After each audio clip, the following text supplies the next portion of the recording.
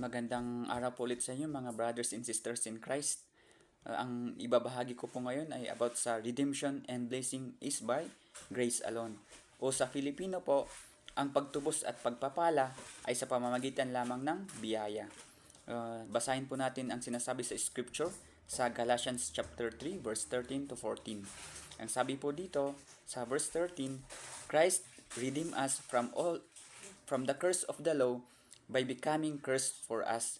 For it is written, Cursed is everyone who is hung on a pole.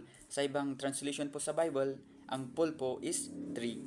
Sa verse 14 po, He redeemed us in order that the blessing given to Abraham might come to the Gentiles through Christ Jesus. Ay, yung Gentiles po dito ay tayo po ito So that by faith we might receive the promise of the Spirit. Alamin po natin ang mga curses na ito na tinutukoy dito.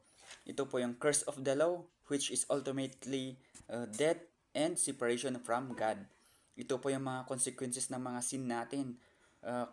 Kasali na po dito yung sickness, poverty, and spiritual death. Lahat po ng curse na ito ay kinuha lahat ni Jesus Christ sa kanyang sarili. At tinapos niya po lahat ito sa cross ng Kalbaryo. Kaya tayo pong mga believers ay nakalaya na sa sumpa ng law na ito o kautusan. Punta naman po tayo sa blessings o pagpapala.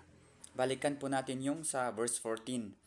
Pero alamin po natin ang promise ni God sa mga Jewish people noon at ang covenant niya kay Abraham.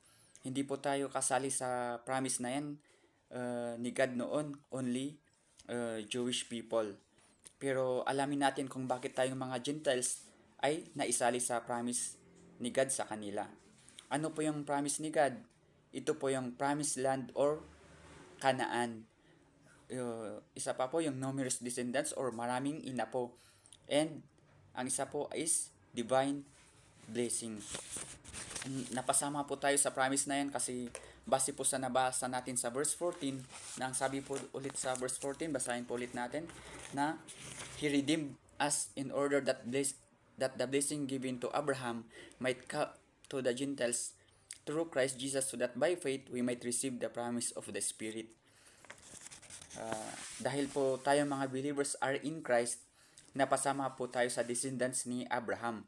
Ang ibig sabihin po nito, tayong mga Gentiles ay pwede na pong ma-inherit ang lahat ng blessings na naipangako ni God kay Abraham.